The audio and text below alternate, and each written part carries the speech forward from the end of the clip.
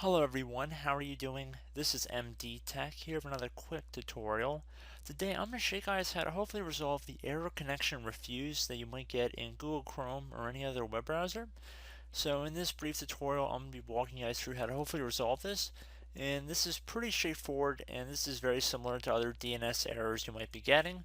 So it might seem kind of repetitive, but this is definitely a different type of error that's common enough that people get. So I did want to make a tutorial dedicated specifically to this error. So we're going to start by right clicking on the start button, and then we're going to go up to where it says command prompt and then in parentheses admin, and you want to left click on that. If you receive a user account control window, select yes. So now in the command prompt you want to type in ipconfig space /release and then hit enter on your keyboard. Once that command is done executing, you want to type in ipconfig space /all, then hit enter again. Now you want to type in ipconfig space /flush DNS and then hit OK. Once that's done, type ipconfig space /renew, then hit enter again on your keyboard. This will take a couple seconds to run, especially that command, so just be patient. And once that's done, you can type in netsh, so netsh space int space ip space set space DNS. So it should be netsh int ip set DNS, and then hit enter on your keyboard. Once that's done, you want to type in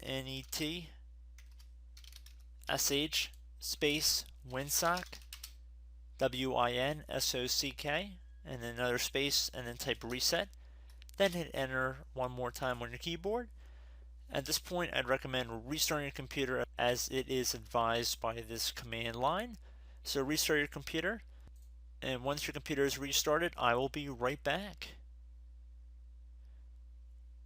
Okay everybody, I'm back. So once your computer has come back from restart, what you're going to do is go down to the network icon in the bottom right corner of your screen. It might look different than mine because I'm using an Ethernet connection, so it looks like a monitor with a little Ethernet cord next to it. In most cases it'll look like a wireless symbol, like a cell phone tower kind of icon, if you want to think about it like that. So you want to right click on it, and then left click on where it says Open Network and Sharing Center after you right clicked on the icon. You could also access this by searching it in the Start menu, it doesn't really matter.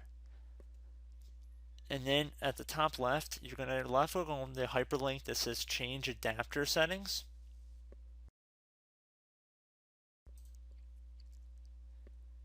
Now whichever primary adapter you are using on your computer, you want to right click on it. So if there's multiple, make sure you select your primary one. I mean, it's not the end of the world, but try and do the primary one the first time around. So right click on it, because most of you guys are not going to be using Ethernet as your primary connection. It might say Wi-Fi. You want to right click on the Wi-Fi one if that's the correct connection. But anyway, since Ethernet's the right one for me in my instance, I'm going to right click on it. And then at the bottom of this context menu, I'm going to left click on the properties button. In this new window that appears, we are going to left click on where it says Internet Protocol version 4 and then in parentheses TCP /IPv4.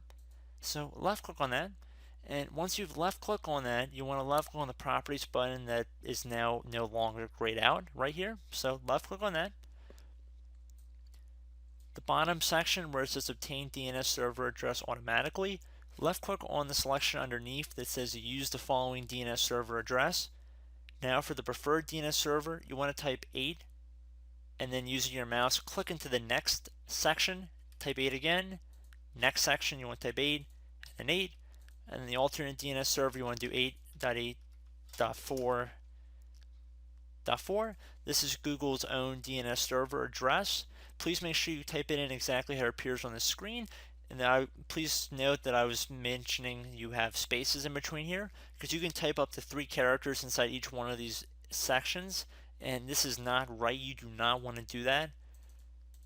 Make sure it appears exactly how it appears on my screen here. So it should be 8.8.8.8 for the preferred DNS server, and it should be 8.8.4.4 for the alternate DNS server. Once you're done doing that, left click on OK. You can also validate your settings after you close out of it. You don't have to, but that's definitely an optional task you can create for yourself. So at this point, you can close out of your internet adapter settings and go back on your favorite websites, and hopefully everything should work for you guys. So I hope this brief tutorial helped you guys out, and I will catch you in the next video.